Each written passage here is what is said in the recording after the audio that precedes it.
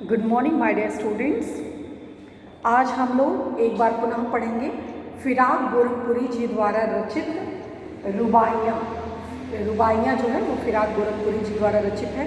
तो आज हम लोग को 1 2 3 4th जो आपका फोर्थ दिया हुआ पेज नंबर 58 पर फोर्थ जो रुबाई दी हुई है उसको आज हम लोग को पढ़ना है। तो आइए देखते हैं। आंगन में ठुनक रहा है जिद आया है, आंगन में ठुनक रहा है जिद आया है, बालक तो हई चांद पे ललचाया है, दर्पण उसे देख के कह रही है माँ, दर्पण उसे देख के कह रही है माँ, देख आईने में चांद उतर आया है। यह रुबाई है। इस रुबाई में हमने आपको बता दिया पहली, दूसरी और चौथी लाइन में तुकांत होता है, काफिया मिलाया जाता है, तीसरी लाइन जो होती है वो भिन्न होती है। यह प्रसंग है कि एक बच्चा जो है, बच्चे जो होते हैं उनका स्वभाव ही होता है वो हर चीज़ के लिए ज़िद करते हैं और प्रयास करते हैं कि ज़िद के द्वारा उनको वो चीज़ें प्राप्त हो। तो माँ अपने बच्चे से बहुत ही प्रेम करती है, तो हर संभव प्रयास करती है कि अपने बच्चे की जो ज़िद है, जो उसकी ज़रूरत है या जो चाह है उसको पूरी करने के लिए वो हर संभव प्रयत्न करने के लिए तैयार है। तो इसी तरह एक बच्चा जो है वह जो है झूठ मूठ का बना करके मुँह तरह तरह की आकृति बनाकर एक्टिंग कर रहा है रोने की, कि उसने आकाश में चांद को देख लिया और चांद पे उसका दिल आ गया है, चांद उसको अच्छा लगा, अब उसको चांद को पाने की आकांक्षा है। तो वो चांद को पाने के लिए माँ से जिद कर रहा है। तो माँ क्या करती है कि माँ उसके हाथ में शीशा पकड़ा कर, दर्पण पकड़ा करके ऐसे दिखा के कहती है कि देखो ना, तुम्हारा चांद जो है तुम्हारे इसमें आ गया है, इसमें मिरर में प्रतिबिंब इसका दिखाई दे रहा है, तो देखो ना ये चांद तुम्हारे पास आ गया है, अब तुम इसको अपने पास रख सकते हो। तो इस प्रकार जो है माँ अपने बच्चे की जो ख्वाहिश है उस ख्वाहिश को पूरा करने का प्रयास करती। तो इसको बड़े ही स्वाभाविक ढंग से शायर ने, फिराक गोरखपुरी जी ने बड़े ही अच्छे ढंग से अभिव्यक्त करने का प्रयास किया। आइए हम पहले शब्दार्थ देखते हैं। ठुनकना, ठुनकना मतलब कि होता है कि एक तरह से जिद करना, रोना। जिदियाया मतलब जिद करना, किसी भी चीज़ के लिए जब व्यक्ति होता है जिद करता है कि हमको चाहिए, एक ही चीज़ की रट लगाता है, तो उसको कहते हैं कि जिद्दी होना, जिदिया गया है, कि यह बच्चा जो इसी चीज़ की, एक ही चीज़ के लिए रट लगा है। और ठुनकना मतलब जैसे बनावटी रोना, बना के कि मुझे चाहिए मुझे चाहिए मुझे चाहिए, इस तरह की भाषा। हई मतलब है तो ही, चांद पे मतलब चांद पर, ललचाया मतलब लालसा है उसकी, दर्पण मतलब शीशा, कह रही है माँ, आईना मतलब शीशा, चांद उतर आया है। तो आइए अब हम इसका अर्थ पढ़ते हैं। आंगन में ठुनक रहा है जिद आया है। एक छोटा सा बच्चा है, वह क्या करता है कि आंगन में जो है चांद को पाने की आकांक्षा से बहुत बनावटी, झूठ मूठ की बनावटी जो रुलाई है, उस रुलाई में वह रो रहा है। तो उसका जो जिद देख करके कि मुझे चांद चाहिए, कैसे भी करके मुझे चांद चाहिए, मुझे वही चाहिए, मुझे वही चाहिए, मुझे वही पहनना है, मुझे वही कपड़ा पहनना। तो ये सब चीज़ें जो है वो जिद करता है, बनावटी रुलाई दिखाता है, रोता है माँ के सामने, पैर पटकता है, रोता है, मुंह बनाता है कि मुझे चाहिए मुझे चाहिए। तो क्या चाहिए, किस चीज़ की, एक बच्चा अपने माँ से किस चीज़ की जिद कर रहा है, क्या चाहिए उसको? तो वह बालक जो है वो है, बालक तो है ही, मतलब बालक का तो स्वभाव ही होता है जिद्दी होना। बालक तो नटखट होते ही हैं, उनकी स्वाभाविक विशेषता होती है कि बच्चा क्या जो जिद ना करे, तो वो तो होते ही हैं स्वभाव से ही नटखट, या जो है जिद करने वाले जिद्दी बच्चे शुरू से ही होते हैं। तो बच्चा जो है उसकी आकांक्षा है चांद पे, उसका जो दिल है, उसकी अभिलाषा जो है वो चांद पे आ गई है। अब उसको चांद चाहिए, चांद पे उसका मन जो है ललच गया है, चांद पाने की उसकी अभिलाषा है, चांद की वो आकांक्षा रख रहा है, मतलब चांद को देख करके उस पर लुभा गया है। अब उसको चांद की जो है आकांक्षा है कि चांद उसको मिल जाए। तो बच्चे तो होते हैं वो तो स्वभाव से ही क्या कहते हैं, स्वभाव से ही जिद्दी होते हैं। तो अब ऐसे समय में किसी न किसी तरह से बच्चे की जो जिद जो है वो पूरी कर रही हैं। तो इसलिए माँ उपाय स्वरूप कि उस बच्चे की जिद कैसे पूरी की जाए, इसके उपाय स्वरूप दर्पण उसे देख के कह रही है माँ। माँ अपने बच्चे को शीशा एक थमाते हुए कहती है, एक मिरर देते हुए, दर्पण देते हुए कि कहती है कि लो देखो तुम्हारा चांद तुम्हारे पास आ गया है।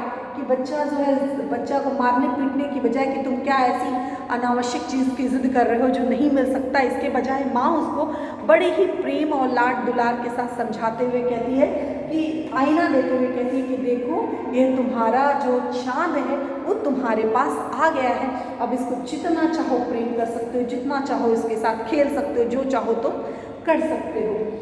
देख आईने में देख, माँ कहती है कि देखो ना, क्यों रो रहे हो, क्यों तुम इस तरह से शक्ल बना के बैठे हो, देखो ना आईने में चांद उतर आया है, जाकर आके आँख खोलो, रो मत, इस तरह से रोने की जरूरत नहीं। देखो ना आईने में, देखो तुम्हारा चांद तुम्हारे पास जो है स्वतः ही आकर आ गया है। अब इस चांद के साथ जितना तुम खेलना चाहते हो खेलो, जितना इसके साथ जो है इसको गले लगाना चाहते हो, जो तुम चाहते हो वो करो, ये तुम्हारा चांद तुम्हारे पास आ गया है।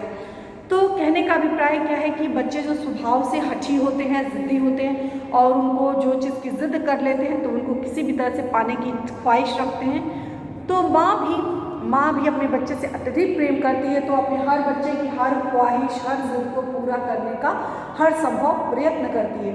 तो बच्चे का ठुनकना, ज़िद करना और उसको पूरा करने के लिए माँ जो है हर संभव प्रयत्न करती है।